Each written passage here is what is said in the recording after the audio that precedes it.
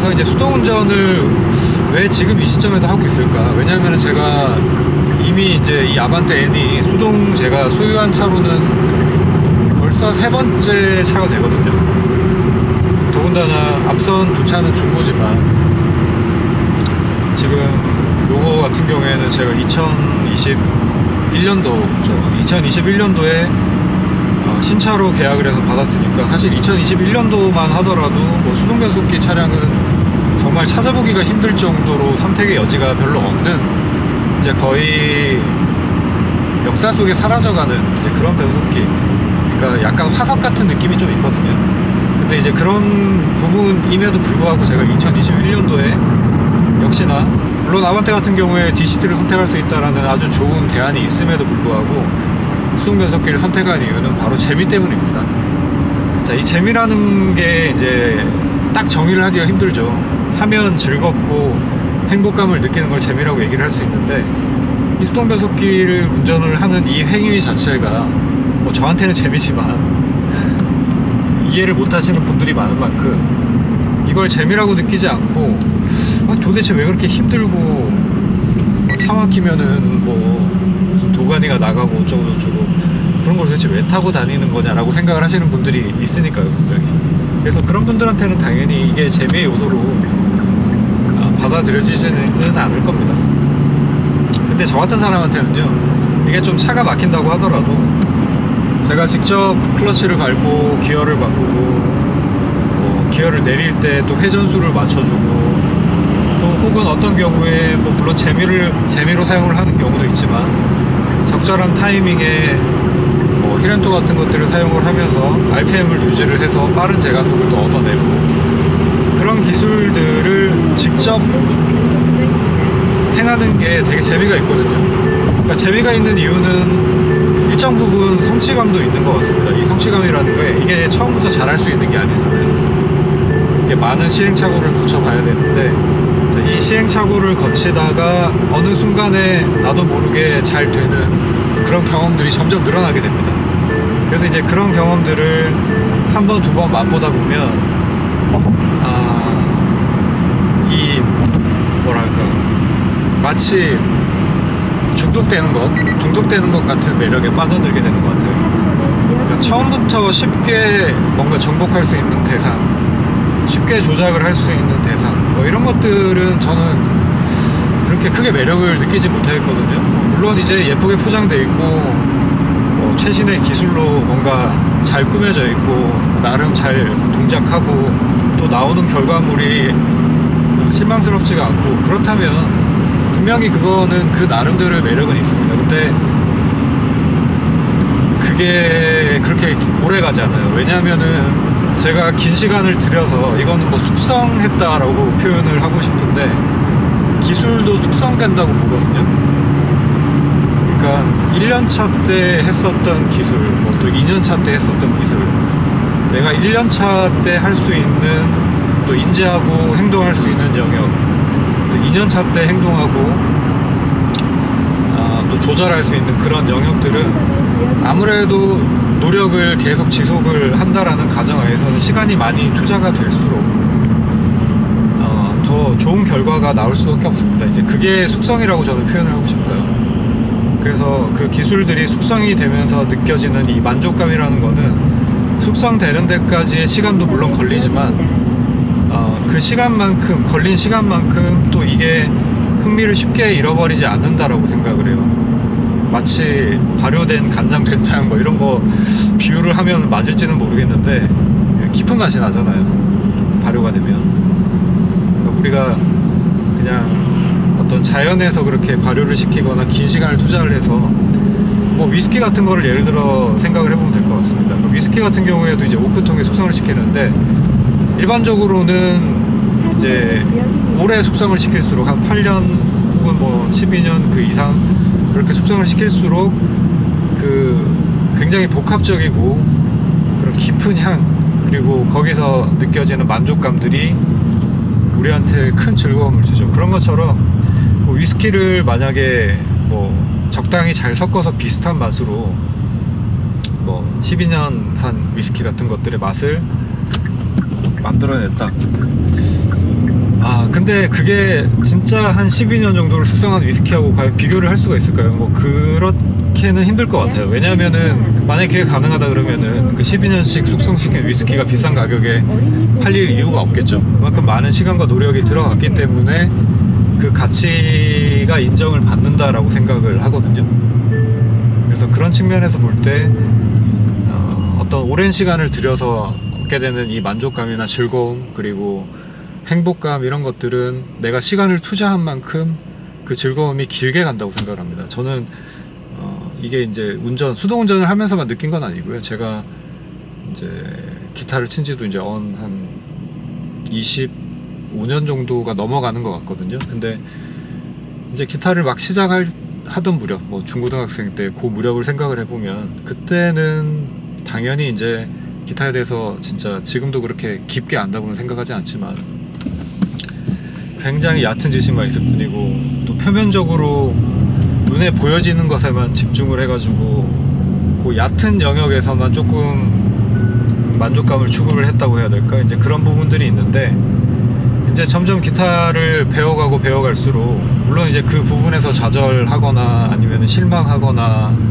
이제 그런 좌절이나 실망은 스스로에 대한 좌절이나 실망이라고 말씀을 드릴 수 있을 것 같아요. 생각처럼 잘 안 되니까요.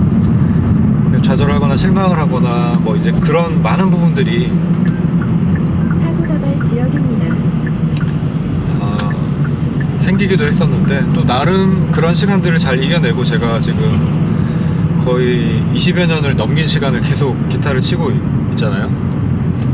그래서 그렇게 했을 때 주어지는 어떤 보상 같은 것들이 있다고 생각을 합니다. 이거 저는 뭐 헌신이라고도 표현을 하고 싶은데, 어떤 한 가지 영역을 포기를 하지 않고 계속 탐구하고 끝까지 가려고 노력을 했을 때 얻어지는 그 어떤 깊은 행복감, 그런 것들이 분명히 있다고 생각을 합니다. 그래서 저는 이 수동운전이라는 것이 그런 것과 좀 맞닿아 있는 측면이 있다고 생각을 합니다. 뭐 물론 이제 수동운전이 뭘 그렇게 대단하다고 막 그러냐 이렇게 말씀하시는 분들이 계실 수도 있어요.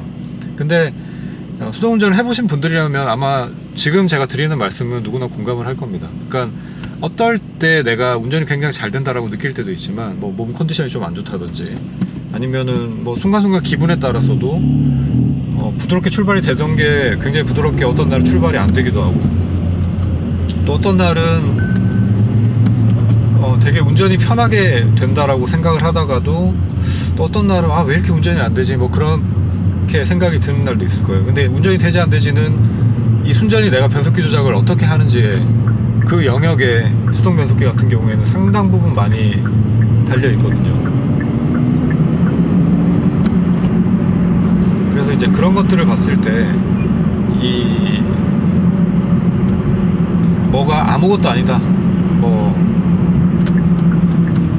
누구나 다 할 수 있는 영역이다, 이렇게 생각을 할 수도 있죠. 물론 이제 움직이는 것 정도는 그렇게 말씀을 하시는 게 틀린 말이 아닐 수도 있습니다. 그러니까 움직이는 정도는 뭐 사실 내가 컨디션이 좀 좋으나 뭐 안 좋으나 아무 상관이 없죠. 근데 이제 이 수동 변속기를 계속 일정한 컨디션으로 또 어떤 특정 부분에서 뭐 회전수도 맞춰가면서 변속도 하고, 또 정말 자동 변속기로 차를 빠르게 모는 것 못지않게 날렵하게 마치 내 손발처럼 운전을 한다라는 거는, 이거는 절대 쉽지 않은 일이라고 저는 생각을 하거든요.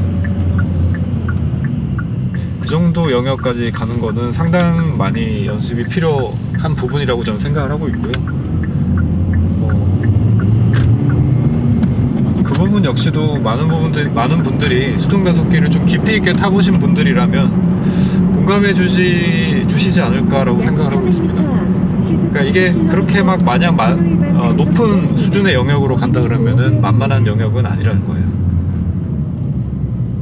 그렇다고 뭐 제가 굉장히 높은 수준이다 그 말씀 드리는 게 아닙니다. 그러니까 저도 지금 제가 만약에 만족을 했으면 오히려 실증을 내버렸을 수도 있을 것 같아요. 근데 이제 어쨌든 저는 지금도 계속 뭔가 연습을 하고 있거든요. 완전하게 만족할 만한 수준으로 제가 사용하고자 하는 이런 기술들을 아직 사용을 하고 있지 못한다고 지금 보고 있기 때문에, 이제 그런 부분이 만족될 때까지 저는 계속 연습을 하려고 합니다. 그래서 어쨌든 도전 목표가 있다 보니까 그게 저한테는 하나의 즐거움이에요. 예, 즐거움이고 그런 즐거움들을 가능한 한 저는 조금 오래 누리고 싶습니다. 그리고 뭐 저도 그런 순간이 올 수 있겠죠. 언젠가는 뭐 운전을 누군가는 이제 재미로 하냐 뭐 이렇게 말씀을 하시는 분들도 있는데 뭐 지금까지는 저는 운전을 재미로 합니다. 재미로 하고 있는데 어느 순간 이제 운전이 더 이상 재미가 없다. 그냥 이동하는 수단으로 편하게 그냥 이동만 하고 싶다 이렇게 생각을 하는 순간이 또 올 수가 있겠죠. 이제 그때가 되면 이제 저는 아마 더 이상 수동차는 아마 안 타지 않을까 싶기는 한데 어쨌든 뭐 그때까지는 최대한 재밌게 수동차를 타보려고 합니다. 자, 그래서 2024년도 지금 현 시점에도 여전히 수동차가 저한테는 유효한 이유는 재미죠. 재미입니다. 저한테는 재미예요.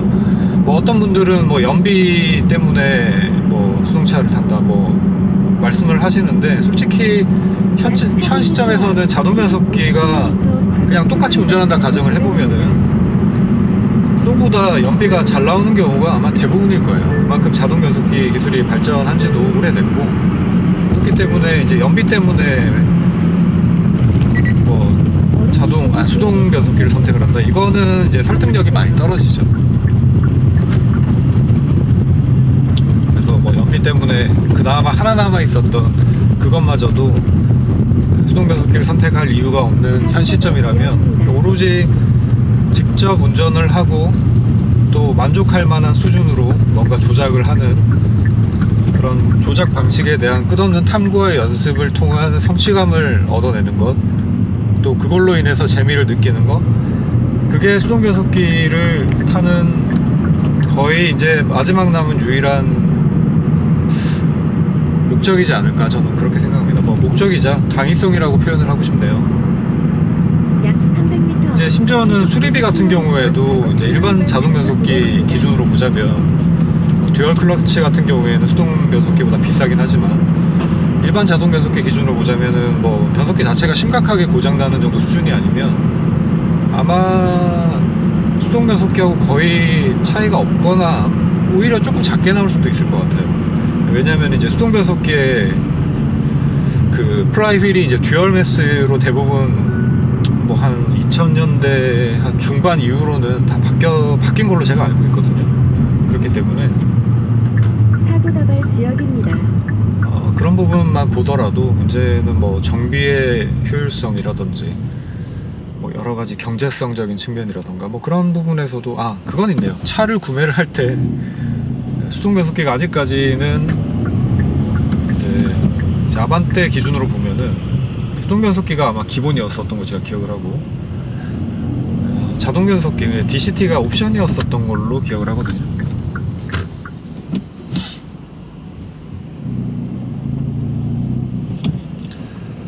네, 그래서 이제 수동 변속기를 대략 한 100만원 정도 선으로 저렴하게 구매를 할 수 있다라는 뭐 그건 있는데 그건 애시당초에 전제 조건이 되지는 않을 것 같습니다. 왜냐면은 뭐 저렴하다고 수동 변속기를 제대로 몰지 못하고 재미도 못 느끼는 사람이 살 것 같지는 않거든요. 어차피 수동 변속기를 선택을 하는 사람들은 가격을 떠나서 비싸도 아마 살 거예요. 뭐 그런 부분들이 있기 때문에 그마저도 없다 그러면 이제 유일한 이유는 하나밖에 없죠. 재미죠, 재미. 네, 이 재미라는 거를 부정을 하시는 분들은 아마 없을 것 같습니다. 자, 그러니까 재미로 수동 변속기를 아직도 여전히 지금 아반떼 같은 경우에는 페이스 리프트가 됐죠. P라고 하던가 모델명이 뭐 그런 걸로 알고 있는데 상품성 개선 모델 여전히 수동 변속기 트림이 있습니다. 그래서 저는 뭐 당연히 2년 전에 선택을 했지만 지금 2024년도 현재 시점에도 지금 이제 이미 아이오닉 5 N도 나오고 있는 이 시점에도 내연기관 자동차 더군다나 수동 변속기를 선택을 하시는 분들이라면 정말 어떤 운전의 재미를 추구하는 데 있어서 뭐 더할 나위 없는 확실한 증거를 가지고 계신 분이다 저는 이렇게 생각을 하고 있고 저 역시도 그런 사람 중에 한 명인 것 같습니다. 자, 그래서 저는 제가 이 수동 변속기 차량을 타고 있는 동안만큼은 이 수동 운전의 재미에 대해서 끝없이 제 채널을 통해서 여러분들하고 즐거움을 공유를 하고 싶어요. 뭐 악플 다시는 분들 뭐 많긴 하지만 어쩔 수 없죠. 뭐 그거는 뭐 그러려니 하고 생각을 해야 되겠죠. 네, 그리고 이제 제가 채널에 이제 멤버십 그 서비스를 오픈을 했는데, 사실 오픈하고 나서 솔직히 연말이고 뭐고 이렇게 돼버리다 보니까 제대로 뭔가 혜택을 많이 못 드린 것 같아요. 그래서 올해는 그 멤버십 서비스 오픈할 때 말씀을 드렸었던 것처럼 멤버십 가입해주신 분들 우선 순위로 해서 뭐 수동운전 원하시는 분들이 계시다면은 좀 강습 컨텐츠도 좀 만들어보고, 더 다양하게 이제 제가 수동운전을 하는 그 동안에 제가 이제 받았던 그 많은 관심에 조금 보답할 수 있는 그런 컨텐츠들을 만들어서 멤버십 회원분들께 좀 해드릴 수 있는 그런 노력을 조금 더 기울여 보겠습니다. 관심 많이 가져주시고요. 솔직히 제가 채널에 아무것도 안 하고 영상을 올리지 않을 때 구독자가 오히려 더 나는 것 같아요. 그러니까 이게 뭘까 제가 생각을 해봤거든요. 그러니까 내가 정말 매니아틱한 영상만 올리고 있는구나 라는 생각이 들었습니다만, 어쨌든 제가 좋아하지 않는 내용을 가지고 혹은 또 잘 알지도 못하는 내용을 가지고 떠들어봐야 어차피 재미도 없고, 그런 걸 재미있을 수 있게 만들 수 있는 뭐 그런 입담이나 이런 재능이 저한테는 없거든요. 그래서 제가 진짜 진심으로 재미를 느끼는 부분에 대해서 조금 더 깊이 파보는 그런 컨텐츠들이 앞으로도 많이 나오지 않을까 싶긴 한데, 그런 부분들에도 좀 더 관심을 많이 가져주시면 좋을 것 같고요. 자, 새해 첫 영상은 아무튼 이렇게 좀 여러가지 잡설 중에서도 제가 지금 현 시점에도 수동운전을 여전히 즐겁게 타고 있는 이유에 대해서 한번 말씀을 드려봤습니다. 자, 그러면은 연말 연초에 보통 이제 뭐 모임들 많으시잖아요. 그래서 그 모임들 하시면서 다들 이제 한 잔씩 이렇게 많이 드실 텐데, 절대로 음주운전 하시면 안 됩니다. 음주운전 절대로 하지 마시고, 주변에 혹시라도 하려는 사람이 있으면 꼭 말려주시고요. 그리고 날이 이제 아직까지 많이 추운 만큼 겨울이니까 저처럼 이제 썸머 타이어 가지고 겨울 나시는 분들이 간간히 있으실 수도 있을 것 같아요. 물론 이제 겨울철에는 최소 사계절 타이어 아니면은 이제 윈터 타이어 같은 것들을 바꿔 끼시는 게 가장 베스트긴 한데, 뭐 여러 가지 이유로 썸머 타이어를 가지고 겨울을 나시는 분들한테 뭐 약간의 쥐꼬리만큼의 팁이라도 될 수 있는 부분에 대해서 다음 영상에서는 한번 말씀을 드려보도록 하겠습니다. 네, 자, 지금까지 레인이었고요. 저는 다음 영상으로 다시 돌아오도록 하겠습니다. 감사합니다.